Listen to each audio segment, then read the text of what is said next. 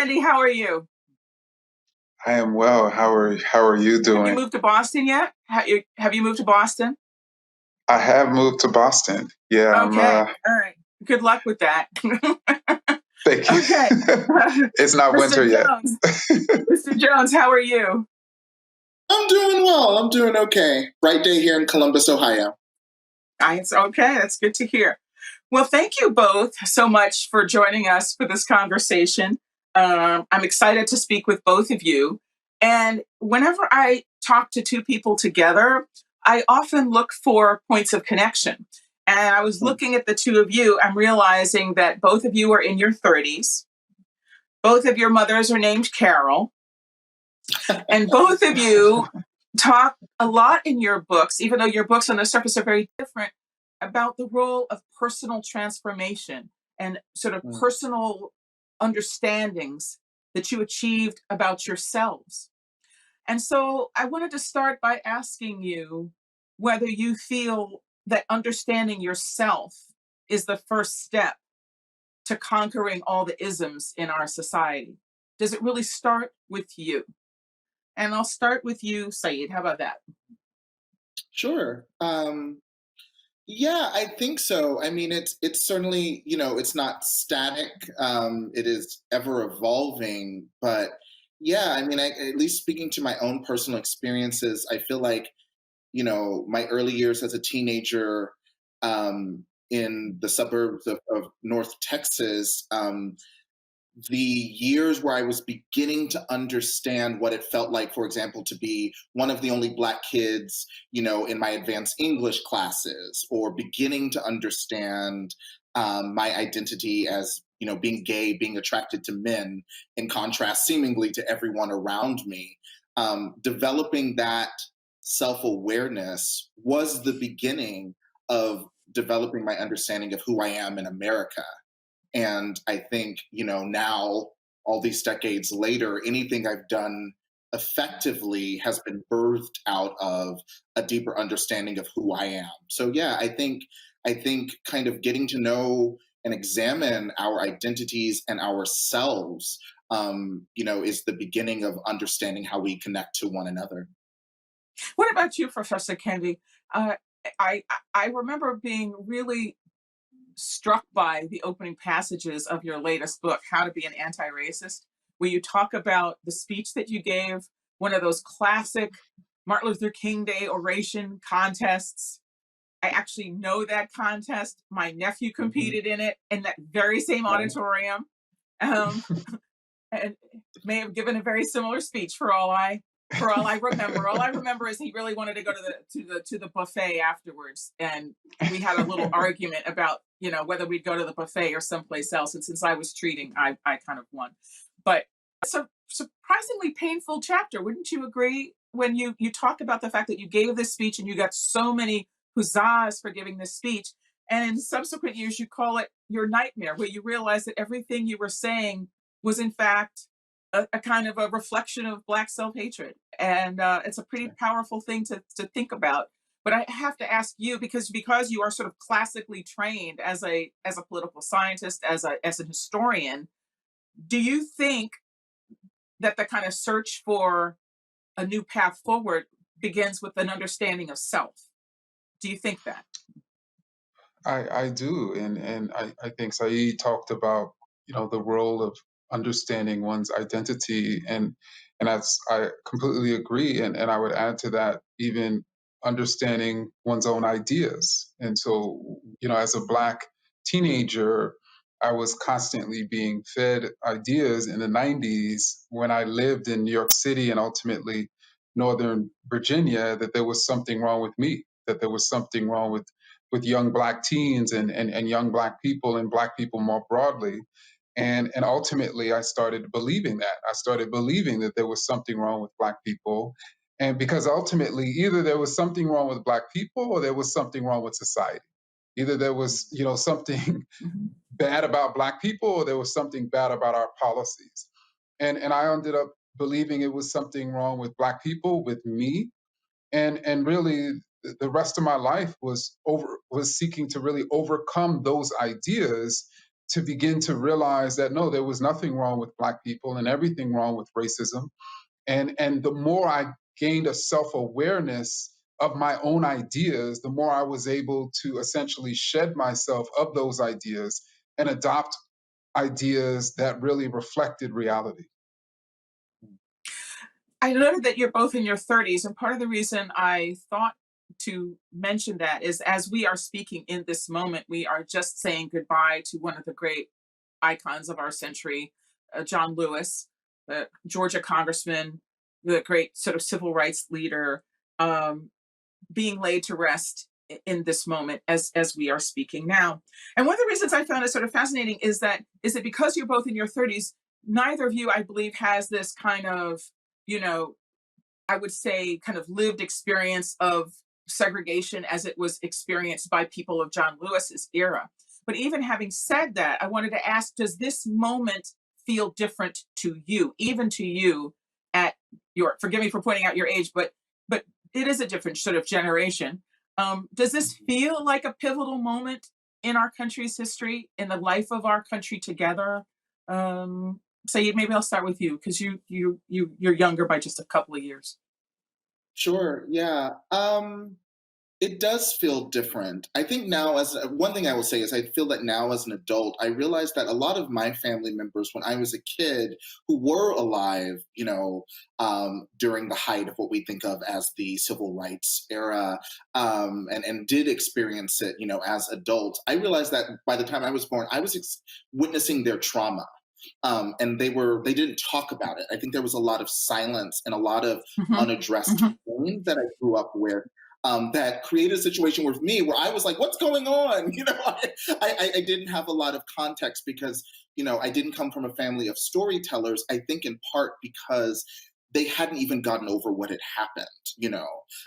But I would say, yes, this moment does feel different in terms of what I've witnessed in my lifetime, because it feels like this is the first time racism, but specifically white supremacy, has been taken on as a conversation that we all are engaged in. I feel like in the past, even as recently as when we think about um, the direct actions and protests and conversations sparked by the deaths of people like Sandra Bland or Trayvon Martin or Eric Garner, it still felt like Black people specifically were owning, driving, and maintaining the conversation on our own. And now I feel that though we are certainly the heart of the conversation for obvious reasons, I feel like there is a coalition building that I am seeing that feels unique and special, and I hope that there's like some lasting transformation as a result of it. I hope. I want to come back to that point in a minute. I want to hear from Professor Kendi first, and then, like, how do we feel about the fact that this moment doesn't feel as owned by Black people as previous moments have been? I want to hear a little bit more of how we feel about that. But Professor Kendi, what about you? Does this feel like a different moment to you? I do, and I think you started off talking about the passing on of John Lewis, and of course also C.T. Vivian, and what's Mhm, striking even about their passing during this sort of summer is in many ways it seems as if I almost feel as if it's almost a passing of the guard, a passing of the guard from the civil rights generation who really shook up this country and participated in good trouble, for decades, mhm, to, really our generation who is essentially really in many mhm, ways through these demonstrations and through the voices, and many of the voices are younger folks who are at the heart of this conversation, are really sort of carrying on that movement and really trying to stand on the shoulders of those giants like John Lewis. And so I'm beginning to really conflate the two.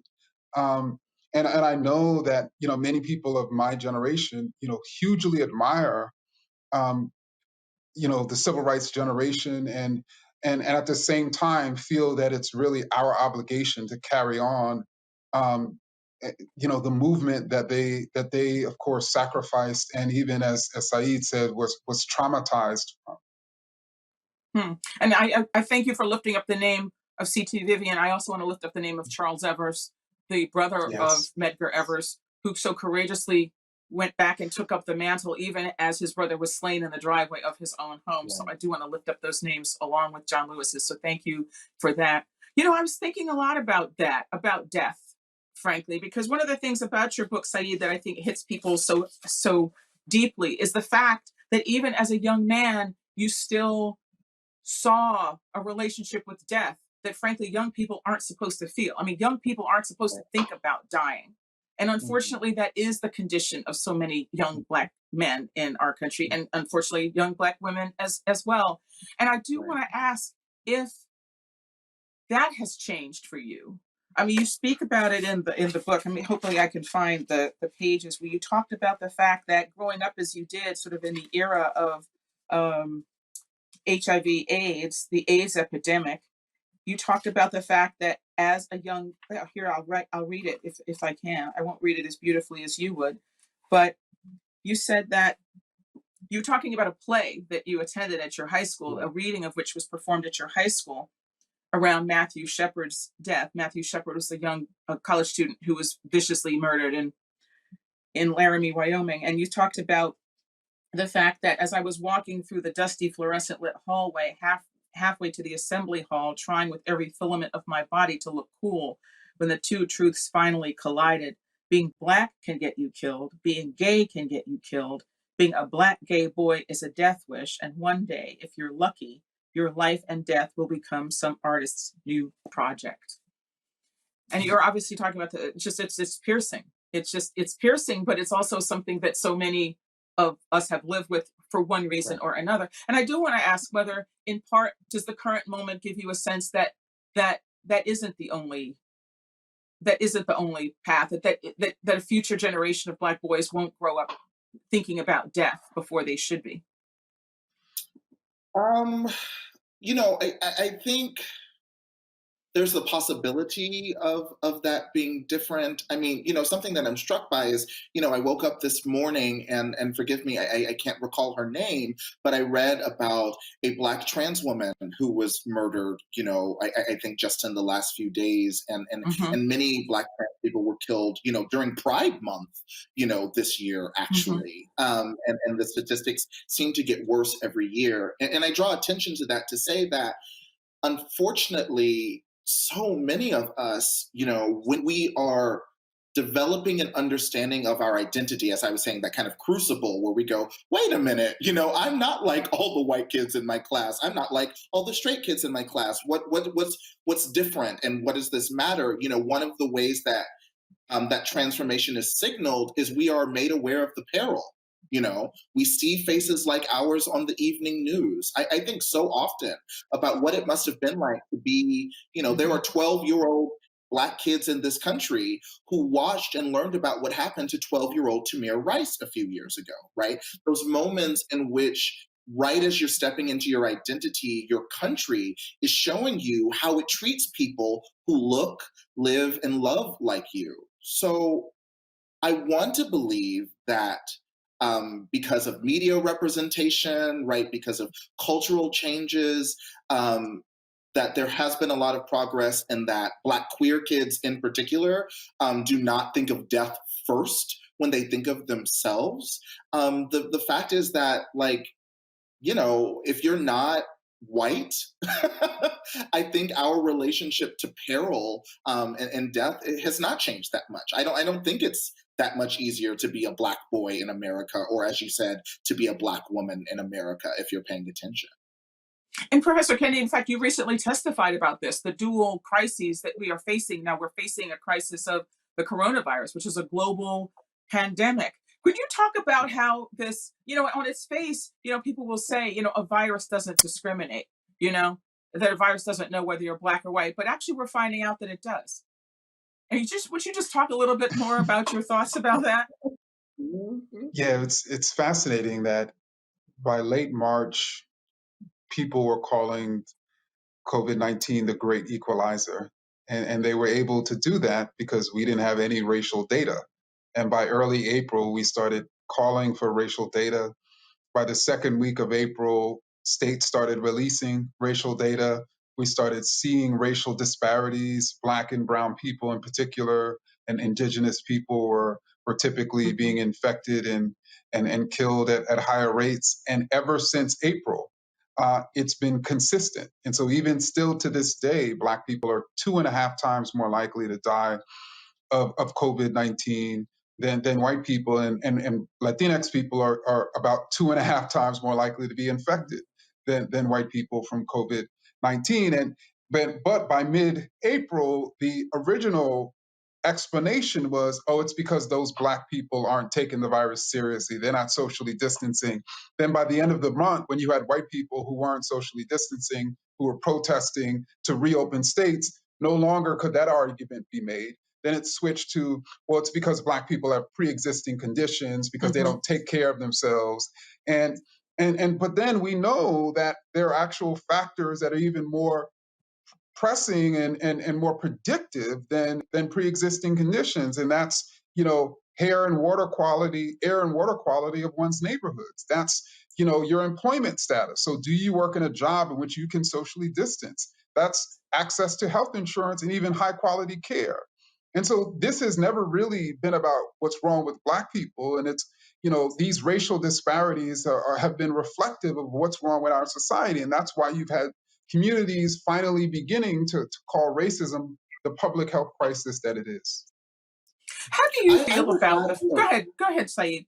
well, I was going to say, I would add too, and I think Adam Thurber wrote about this in The Atlantic quite beautifully and powerfully a few months ago. I would say also it felt like as soon as at least the Trump administration realized or developed some understanding that in their mind this was a problem, this pandemic was actually just going to be a problem for Black people, as delusional as that perception is, it felt like all of a sudden the pandemic overall was taken less seriously. And it felt like that was a really key moment of change when it was like, oh, you mean middle class white people who have access to the things that Ibram just mentioned in terms of healthcare and ability to support and take care of themselves aren't going to be as impacted by this as intensely as Black and brown and indigenous people. Oh, okay. And then everybody went to the beach, and that doesn't feel coincidental to me. How do you feel? I want to go back to something we talked about earlier, which is the fact that the current moment is one in which people other than Black people are participating. In the demonstrations we're seeing in some cities, they are majority white. Professor Kendi, your book is flying off the shelves. I'm certainly happy about that for your sake, but that couldn't be driven solely by Black people, okay? So obviously that's a good thing in the sense that people are interested in learning from your work. They're interested in joining the movement. But how do you feel about that? I mean, I'm starting to see a lot of conversation about whether the movement is being co-opted and applied to other issues, or is it that the whole question of anti-racism and, the season of sort of social unrest was originally sparked, of course, by yet another incident of police violence directed against a Black person, a Black body, or more than one. But how do you feel about that? I want to ask each of you, how do you feel about that? So you sort of surface the issue. Do you want to start? Sure. It is complicated. In conversations with my publisher and literary agent, I noticed a spike in sales of my work as well, and it was like, oh, this is interesting. It's complicated because, of course, I think in the end you always have to embrace people who are demonstrating a willingness to do the work. Even if at times I feel a little irritated that I'm like, oh, this is what it took for you to start, asking these kinds of questions and reaching out to artists, thinkers, culture makers who have been doing this work for generations. But I'm like, okay, what's more important? Kind of getting my jab in or leveraging this moment to try to push the conversation forward. And so, that is something that's on my mind, and I'm just trying to focus on, well, let's try to get as much work done while we have their attention. It's kind of like, at least two of us have been teachers. There's that moment when you're having a class discussion, and students who, or a student who typically isn't really interested, their posture changes and they're suddenly asking questions, and you're like, oh, interesting. And I think any good teacher seizes that opportunity, instead of going, why aren't you like this every day? I think instead you try to embrace the energy. Professor Kendi, what do you think? I think I'm sort of been torn about it. I certainly like that readers are really gathering the books of many, not just me, but many writers who are writing on racism, who are writing, on Black life. And what I also am finding is that reading one of our books is opening up readers to other books. And I'm certainly, pointing as many readers as possible, who want to really understand about different issues, even out of my book. To other sort of writers. So, as Saeed says, to really take advantage of that attention, but at the same time, the really, when it comes to sort of gaining knowledge or self-reflection or learning or educating, I would say most Black writers, if I could speak for us, don't want people to just do this for the sake of doing it, right? We want people to transform themselves so they can transform society, so they can transform their relationship to Black people, so they can see white supremacy for what it is, so they can see sort of homophobia and sexism and transphobia for what it is, so they can see all their intersections for what it is and challenge it and be part of the movement to really dismantle all of those oppressions. I'm wondering what this looks like, though. Have you seen this in your lifetime, Professor Kendi? I mean, have you seen true transformation take place? We've been hearing I different sort of haven't. stories about that. I mean, I will say that, at Congressman Lewis's, one of the first stages of his laying to rest was his ceremonial last crossing across the Edmund Pettus Bridge, where he was received by Alabama state troopers, both white and Black, who saluted him. And for many of the people there, particularly people of a certain age, it was a moment they would never have foreseen. I mean, people were just sort of overcome by this. And yet, and yet, and yet, and yet, I mean, by the time this conversation airs, I regret to say, I'm sure there will be yet another incident where someone else has lost his or her life. I don't know. So, Professor Kendi, have you actually seen it? Do you think it's actually happening? Have you seen transformation take place? Well, I mean, I have seen it obviously at an individual level. I mean, from folks who have read our books and taken them seriously and really reflected. I've certainly seen policies change. I mean, for no-knock warrants to be banned in Louisville, and of course, we want the arrest of those officers as well who killed Breonna Taylor. But even for different cities to be a reimagining policing in general, and even defunding police. And obviously, I never thought I would see Black Lives Matter written out in front of the White House. I mean, that's something I never thought I would see. I certainly never thought I would see so many Black writers on New York Times bestsellers lists at the same time and staying there as long as we've stayed there. That's something I've never thought I would see. But at the same time, I want really lasting transformation. What I want to see is the lack of racial inequities. What I want to see is the lack of racial injustices. What I want to see is anti-racist policymakers who are committed to ensuring they're using their power, and we're of course pushing them to use their power to ensure policies are on the books that provide and lead to equity and justice for all. That's what I ultimately want to see. So, one of the reasons your book fascinates me as a person who is not LGBTQ is how you talk about these intimate encounters that you have had throughout your life, young though you may be, with people who don't see themselves as LGBT and yet are powerfully attracted to you in this way. And honestly, this goes throughout our history. I mean, the fact of the matter, people who the sexual sort of congress of slave owners with enslaved women. I mean, it's just, I mean, honestly, that's sort of what came to mind. Not that, that was the sort of the power Mhm. dynamic, but I wonder, do you have some insights because of your experience with this in this very particular way, with the way that dynamics can shift with people who are powerfully attracted to the other, someone they perceive as the other, and yet loathe themselves for being so powerfully Mhm. attracted. I mean, don't you think that that's a Yeah. dynamic that goes beyond the sexual? And I just Oh, wonder absolutely. whether, it's like people love our music, but they don't love us, right? Or people, Mhm. they love Mhm. our Mhm. culture, but they don't love Mhm. us. And Right. I'm just wondering if there's something you have gleaned from this particular experience you've had with being both desired by Mhm. someone and Mhm. then they're loathing themselves for that desire that you think is Right. broadly applicable that you can share with us. And I know Right. that that's a lot, but I'm Yeah. just wondering since you've. No, I mean, I think you're absolutely on to something.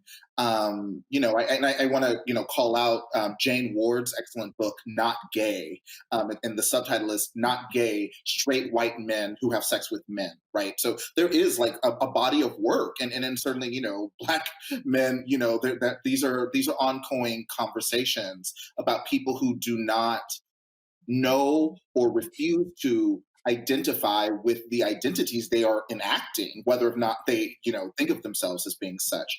I would say, yeah, I mean, in the same way that I think, maybe just starting with Frederick Douglass, breaking into American conversation the idea that racism or slavery was as corrosive for slave masters as it was for Mhm. enslaved people.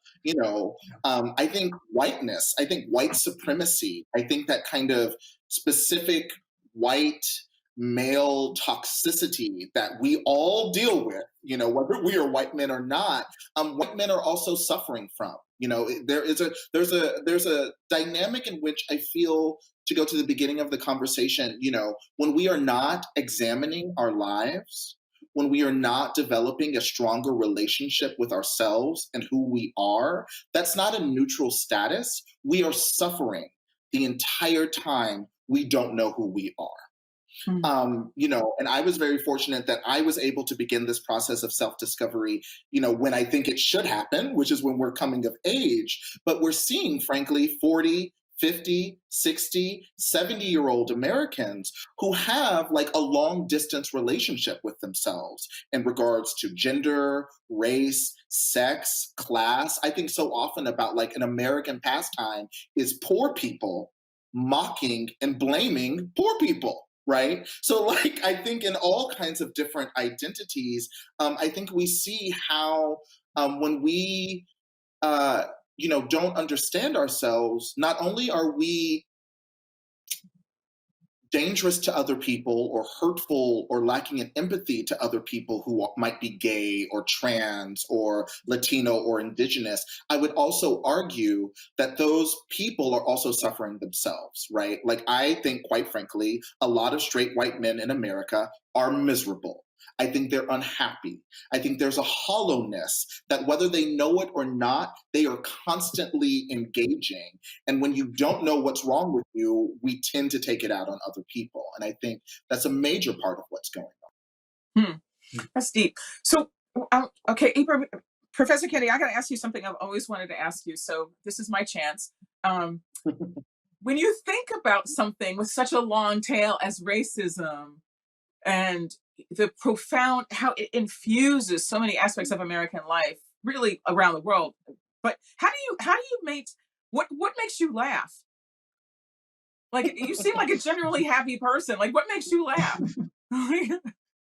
I suspect just, I think I'm rooted in my culture, my Mhm. African American culture, and I think one of the cultural elements that I think has been passed down through the ages has been the ability to laugh even in a nightmare, Mhm. to be happy, even in the midst of misery, um, and to even, figure out ways to really separate, um, if that's possible, that joy from that misery. So to literally have your space, and in your space, in your Black space, let's say, you can find joy and find solace while you know what's on the other side or outside of that space.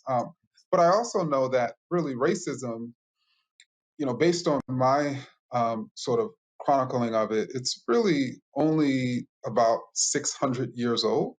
And humans have lived for tens of thousands of years, some would argue 200,000 years. And so, in many ways, it's a young phenomenon. It's not like it's not like sexism, or religious oppression or ethnocentrism, which extends back into the ancient world. This is a new phenomenon. And so, I always try to sort of remember that, when I'm in the midst of sort of this struggle, that in a way we've caught this sort of metastatic racism early. Wow. Well, in the couple of minutes that we have left, I'm going to give each of you a choice. Do you want to, I'm going to give you a choice. You can either tell us what gives you hope in the current moment, or you can give us homework. Since you're both teachers. And I'm going to let you pick. So I can give homework. All right. Okay. Professor Kendi. So I think my homework to folks would be to first sort of write down this definition of a racist idea, which is any idea that suggests a racial group is superior or inferior to another racial group in any way. And then you can sort of put below that saying that something is wrong with a racial group is connoting that something is inferior about a racial group. And then, the homework is to choose a racial disparity, whether that's, I mentioned Black people being 2.5 times more likely to die of COVID-19, or whether that Black white wealth is about 10 times the median wealth of Blacks, or whether Black people are twice as likely to be unemployed. And just ask yourself, why? And jot down the reasons why, and see how many of those reasons fit into that definition of a racist idea. Okay. Saeed, what about you? You can tell us what gives you hope, or you can give us homework. My Chihuahua gives me hope, but since that's a pretty short answer, I'll focus on homework. Where is he or she? He's been sitting here at my feet, totally calm. He's sitting right next to me asleep. I'm just so proud of him. Listen, you don't want to wake the dragon. Okay. Okay.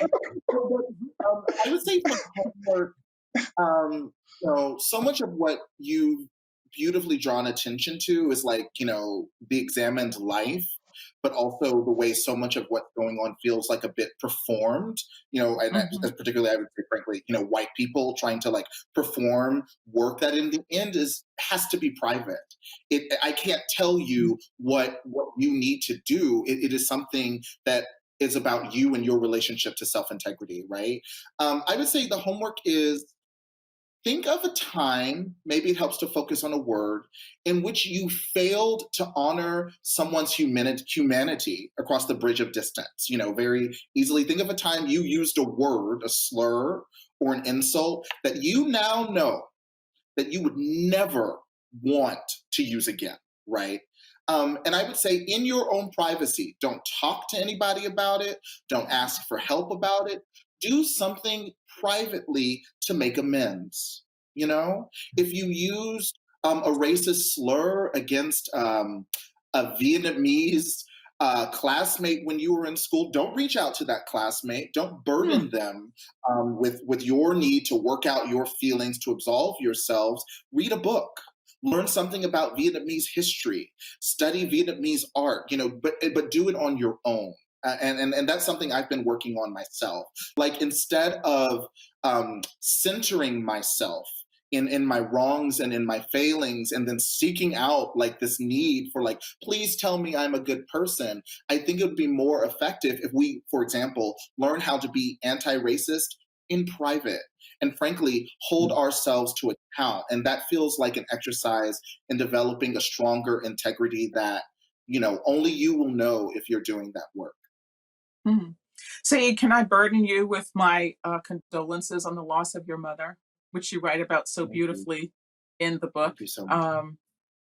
It's such a profound experience that I have myself gone through, and I just want to say, if I may, I appreciate you, and I appreciate your talking about what it meant to you, and on every level. So I just wanted to say that. And Professor Kendi, may I burden you by saying I'm so grateful that you have recovered from the illness that you experienced a couple of years ago. I think that had to have been a profound and life-changing experience for you. And I certainly wish you good health, especially in this current moment.